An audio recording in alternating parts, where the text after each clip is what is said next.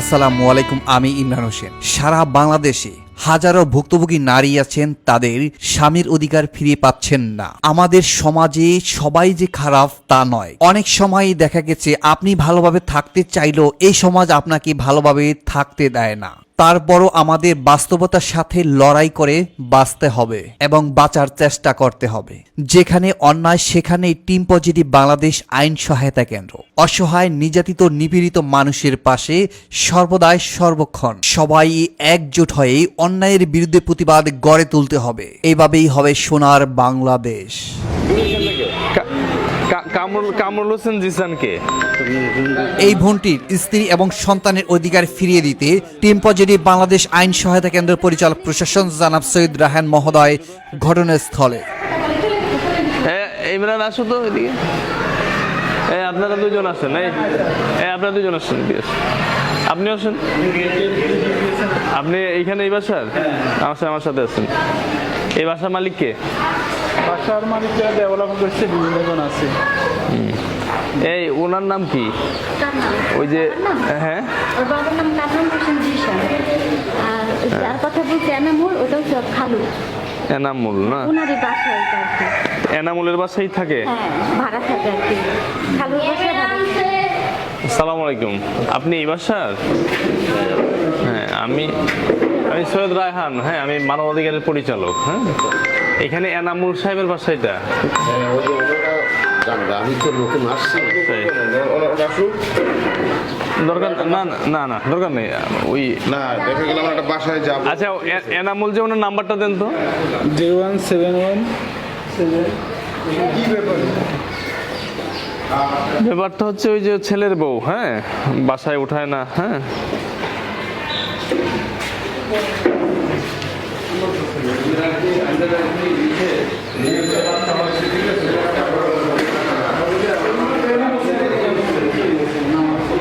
Mobile সাথে আছে না, দেখি ধরেন কিনা।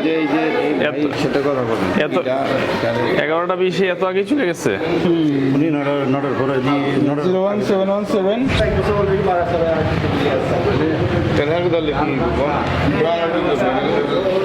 এই নাম্বারে তো ঢুকে না। আমার কাছে আসেন বাবা, বুঝতে হবে। হ্যাঁ, জানি না, আপনি জানেন না ওর বাড়ি চিনেন না, গ্রামের বাড়ি চিনি না, কিন্তু ঠিক আমি কোথায়, আমি কি আমার সেই সময় আছে আমি ঘুরবার মতো?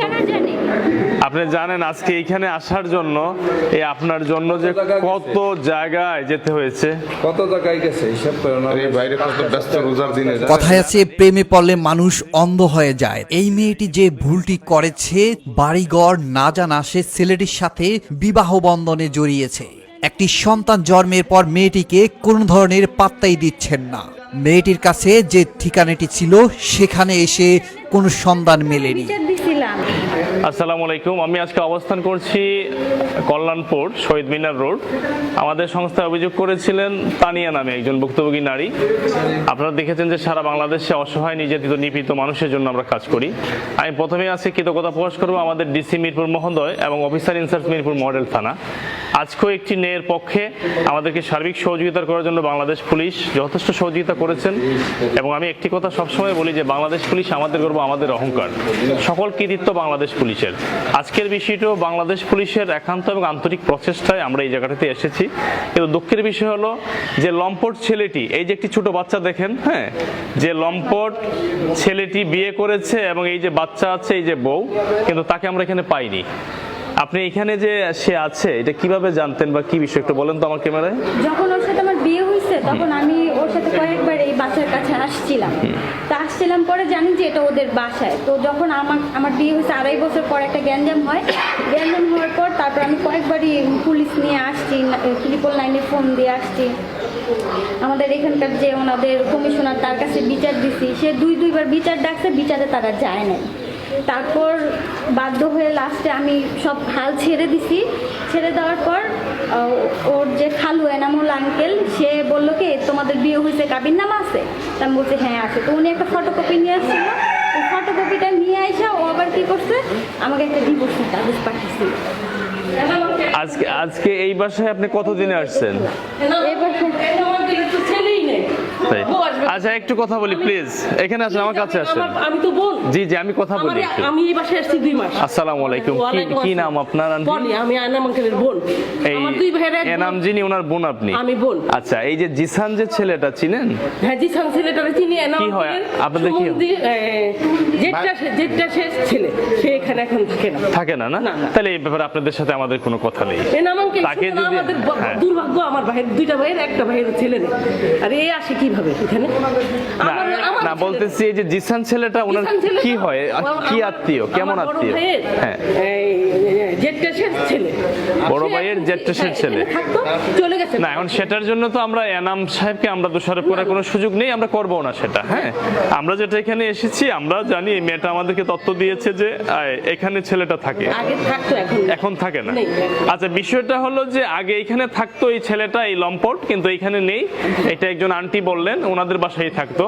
তা আমরা যেটা করব খুব দ্রুত আমরা ওই ছেলের যে অ্যাড্রেস, তার যে স্থানীয় বাড়ির যে অ্যাড্রেসগুলো আছে আমরা সেই জেলার এসপি মহোদয়কে, ডিসি মহোদয়কে এবং অফিসার ইনচার্জ সবাইকে জানিয়ে এবং আমাদের মাননীয় আইজি মহোদয় বা আমরা যেসব জায়গায় অনুলিপিগুলো দিই সেগুলো দিয়ে আমরা পরবর্তীতে ওই ছেলের যে স্থানীয় যে ঠিকানা আছে যেখানে গেলে পাওয়া যাবে আমরা সেখানে যাব।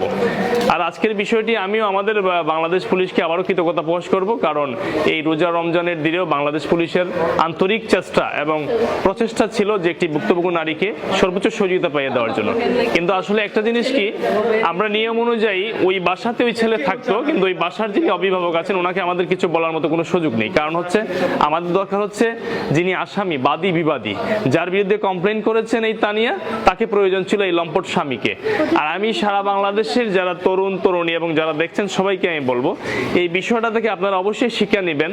আমি একজনকে চিনলাম না, জানলাম না, তার সাথে বিয়ে বসে পড়লাম, বাচ্চা হয়ে গেল, তার কোনো ডিটেলস জানলাম না, এই কাজ থেকে আপনারা বিরত থাকবেন। আমি ঠিক বলছি কিনা? এটা আপনার জন্য যা হবার হয়ে গেছে, কিন্তু এটা শিক্ষণীয় বিষয়, মানুষ যাতে এটা দেখে শিখে যে আমি জানলাম না, বুঝলাম না। আজকে যদি আপনি সেই ছেলেটার বাড়ি গড় সবকিছু দেখতেন, তার স্থানীয় অ্যাড্রেসগুলো দেখে আপনি বিয়ে বসতেন, আজকে আপনার এই পরিস্থিতি সৃষ্টি হতো না। আজকে এখন এই বাচ্চারা নিয়ে আপনি কোথায় যাবেন? আমরা কিন্তু আমাদের চেষ্টা সর্বোচ্চ করেছি। হ্যাঁ হ্যাঁ তা তো আমি বলেন আপনার জন্য, আপনি যেভাবে বলেছেন যে আপনার 500 টাকা যে আগামী দিনে আপনি খাবেন সেই অর্থটাও আপনার নেই, কিন্তু আপনার জন্য আমার সংস্থা ব্যয় করেছে। আমি করেছি কিনা? বাচ্চাটা নিয়ে আমি হ্যাঁ। চাকরিও করতে পারি না। যে শুনছে আমি প্রেগনেন্ট, এই যে পালাইছে, আজও গেছে কালো গেছে, আমি এখানে অনেক জায়গায় আসছি। আচ্ছা ওর নামটা কি? ওর নামটা একটু পরিচয় করে দিই তো আমি মানুষের কাছে।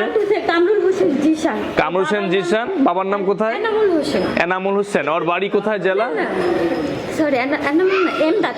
এমদাদ। ওর বাড়ি কোথায়? জেলা? মুন্সিগঞ্জ জেলা। মুন্সিগঞ্জ জেলা। থানা কোনটা? থানা এইসব মেয়েরা অসহায় না, এইসব মেয়েরা মুন্সিগঞ্জ সদর থানা, লৌহজং থানা কোনটা? এই যে স্যার, এই যে ঠিকানা। আচ্ছা আমরা এখানে আমি আরেকটা কথা আমি এখানে বলি, ও যখন আমাকে বিয়ের প্রস্তাব দেয় আমি ওকে বিয়ে করতে চাই নাই। আমি বলছি যে তুই ঠিক আছে, আমি সবার আমার ক্যামেরা চলতেছে লাইভ। হ্যাঁ আমি সবার উদ্দেশ্যে বলবো, এই যে প্লিজ এক্সট্রা কথা বলবো না, সাইড টক করবো না। আমি সবার উদ্দেশ্যে বলবো এবং এই লম্পটকে আপনাদের মাঝে আমি চিহ্নিত করে দিব। আপনারা চিনে রাখবেন এই লম্পটকে, যাতে আরো জায়গায় জায়গায় বিয়ে না করতে পারে। অন্ততপক্ষে এই কাজটা করা উচিত। এরপর একবার চলে বোন ঠিক বলছি কিনা আমি? স্যার, না আমার কথা কষ্ট পাচ্ছেন আপনারা? চলে গেছিল এই যে দারুণগুলো। এই লম্পটকে জাতি এবং দেশকে চিনাতে হবে। হ্যাঁ এইটা দিয়ে শুধু যে মহিলার দোষ না, পুরুষের দোষ আছে। জি জি জি আসেন না, একটু কাছে আসেন না ভাই, কথা ভালো লাগলো আপনার, আসেন। হ্যাঁ কারণ আপনি পুরুষ হয়ে যে স্বীকার করলেন যে পুরুষের দোষ আছে, এই জন্য ভালো লাগছে। দুই পক্ষ দোষ না থাকলে তো হয় না। আচ্ছা ওর নাম হচ্ছে, এই বাড়িটা হচ্ছে মোল্লা বাড়ি, পিতা মৃত এমদাদ হোসেন, মাতা কামরুন নাহার, গ্রাম বেজগাঁও, ডাকঘর বেজগাঁও, থানা লৌহজং, জেলা মুন্সিগঞ্জ। আমার ফেসবুকে অনেকেই আছেন এই মুন্সিগঞ্জের এবং বেজগাঁর তরুণরা আছেন। আমি সবাইকে বলবো আপনারা এই অ্যাড্রেসটা ওই লম্পটটাকে খুঁজে বের করতে পারলে তার বাড়িতে গিয়ে লাইভ করবেন, লাইভ করে মানুষকে চিনাবেন যে এই লম্পট বিয়ে করছে। এই যে একটা ছোট্ট বাচ্চা দেখেন, এই বাচ্চাটা দিকে ঘুরান। বাবুর বয়স কত? 4 মাস। 4 মাস। আহারে কি নাম কি ওর? ওর নাম হচ্ছে জিহান। এই যে 4 মাসের বাচ্চাটা রেখে এই ওনাকে রেখে এখন পালাইছে, এখন আরেক জায়গায় যাবে, আরেকটা বিয়ে করবে। এদের চরিত্রটা হচ্ছে এরকম। করছে ওর খালাতো বোনকে, ওইটার পরে আরেকটা করবে, এই তো। যেমন যেন একটা খালাতো বোন হয়, সেই খালাতো বোন তাকে বিয়ে করছে না? আচ্ছা, তা আমি সবার কাছে, সুলাইমান সাহেব দাঁড়ান, আমি দেশবাসীর কাছে দোয়া চাইবো যে আমরা যাতে খুব দ্রুত, যেহেতু আজকে এটা ভাড়া বাসা ছিল আমরা পাইনি এখানে, আমরা খুব দ্রুত তার জেলা এবং তার এলাকায় যাব। আপনারা দোয়া করবেন যাতে এই লম্পটকে যাতে আমরা শাস্তির আওতায় এনে যাতে দেশ এবং জাতির কাছে চিহ্নিত করতে পারি। এবং আমি বিশ্বাস করি এই বিষয়টা যদি আপনারা আন্তরিকভাবে এবং যদি ভালোভাবে বিষয়টা পর্যবেক্ষণ করেন, আপনারা এখান থেকে শিখবেন। মেয়েদের উদ্দেশ্যে বলছি, এই যারা তরুণী আছেন, যেখানে মন চাইলো আপনারা অ্যাফেয়ার করলেন, একটা জায়গায় বিয়ে বসে গেলেন, বাচ্চা হয়ে গেল, তারপর আর স্বামীর খবর নাই, এখন থানায় যাচ্ছেন, কমিশনারের কাছে যাচ্ছেন, আমাদের মতো মানবাধিকার সংস্থায় যাচ্ছেন। তাহলে আসলে আমরা এই ব্যাপারে কি করতে পারি? আমাদের চেষ্টার কোনো ঘাটতি ছিল না, আমরা এখানে এসেছি, সর্বোচ্চ চেষ্টা করেছি। কিন্তু আমরা যদি বিবাদী যিনি আছেন, যার বিরুদ্ধে কমপ্লেইন, যদি ওনাকে আমরা না পাই, সেক্ষেত্রে আমাদের কিছু করার নেই। তো বোন, আপনি, আপনার জন্য দোয়া এবং শুভকামনা, আমরা আছি আপনার পাশে, আমরা আরো চেষ্টা করব। আপনি একটু আমার ক্যামেরা একটা মিনিট বলবেন কিছু, আমরা চেষ্টা করেছি কিনা, কতটুকু করেছি একটু বলবেন। যথেষ্ট পরিমাণে চেষ্টা করছে, আসলে ওরা এখান থেকে চলে গেছে, আমিও জানতাম না, যদি জানতাম তাহলে স্যারেদের এত হয়রানি করতাম না। স্যারেরা যথেষ্ট না না না, আমরা হয়রানি হই নাই, এটা আমার কাজ, এটা আমার দায়িত্ব। আমি আপনি হয়রানি এটা বলবো না বোন। হ্যাঁ, আমি পাশে আছি, আমার সংস্থা পাশে আছে, সারা বাংলাদেশ আছে।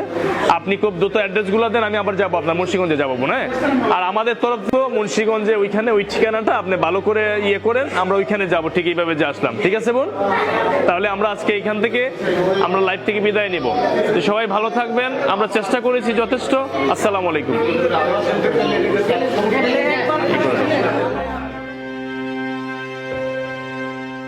অনেক করেছেন, থ্যাংক ইউ ভেরি মাচ। এখন হচ্ছে ওই মুন্সিগঞ্জে একটা এইভাবে চালাইয়া দেখবো আর কি, যদি